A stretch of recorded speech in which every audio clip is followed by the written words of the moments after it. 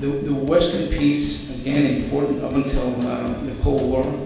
Since then, it has separated weapons proliferation, human rights, democracy, and the issue that I will cover later, immigration reform, all come to play in this imbalance or balance shift of what it is that the world and the class of civilization has brought about. A very simple definition, sustainability is using resources without using them up. That everything is always goes back in to make something else. By 2050, we will have greater hunger, greater poverty, more fuel shortage if we continue on a trajectory of the Western type diet. So we need to relook at the way we produce food. For almost 300 years or so, we then find England as being a multilingual society.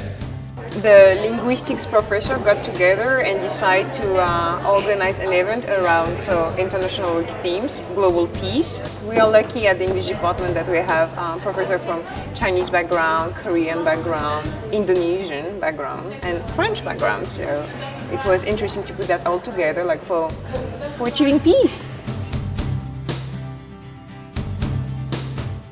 Mostly I want them to know the history of elite deviance in our culture. I think it's important that we have this kind of discussion in International Week or International Days, so that way our students get more informed, especially here in the Valley. We need to know, we sometimes don't really know a lot about our history. For some reason, a lot of history still goes kind of like swept under the rug, you could say. So it's just important that this kind of days brings different conversations, different topics out in the open. It's really more for information, so they can understand what's going on. When I was in the village, I knew everybody around me, and they would ask me the next morning if I had a light on later than usual. You know, they were watching out for me. I applaud all students who are willing to put themselves out there. It really is a big decision to study abroad or to join the Peace Corps, but it's the benefits far outweigh the costs, and it's a really great decision to make. The students many of them are in the military or they have been in the military. Some of them will go in the military for wars in Iraq, which is winding down, in Afghanistan, and future wars. And is peace possible? Is it on the horizon for peace? An ideal of freedom, peace, and happiness among and within all nations and or people. World peace is a utopian idea of planetary nonviolence. I'll talk about emotions that keep us from world peace, and my partner's going to talk about how we can overcome those emotions. Even if global peace won't ever come, it's kind of a nice thought. It brings all people together. It kind of tells us how to understand other people, understand other cultures. World peace, you basically just think of like the Beatles and like Japanese peace signs.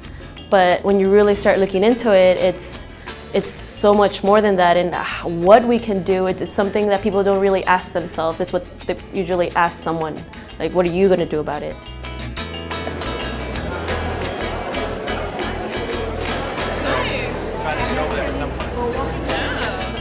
I'm always hoping that the students realize that we're not just talking about going to study abroad and be a tourist, but rather that when you go, you're a traveler. You're someone who's going to engage cultures that you get into. It's a very educational experience. They will be different people once they go, when they return, than they were before they left. There's no doubt about it. I just recently studied abroad in France, and when you go to history classes, people are like, oh my god, this is so boring.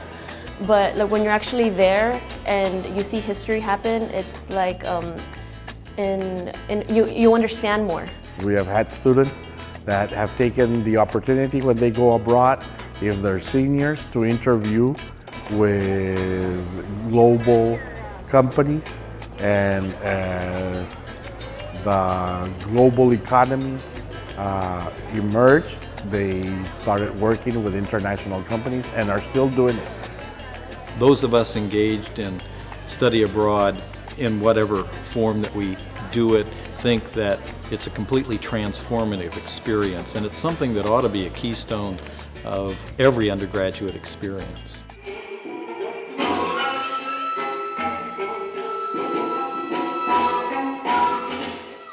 Today we're seeing dances from all over the world, through the medium of dance, of course. And our purpose is to try to educate the audience about different forms throughout the world.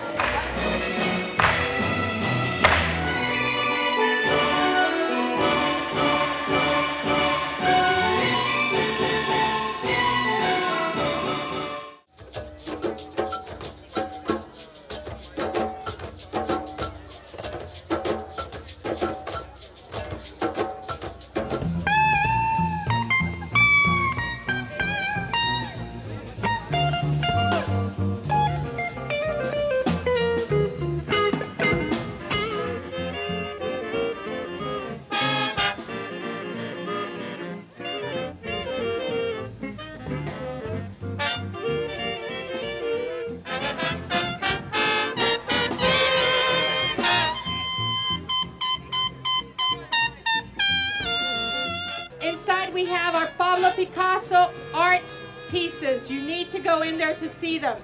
And it's an incredible opportunity.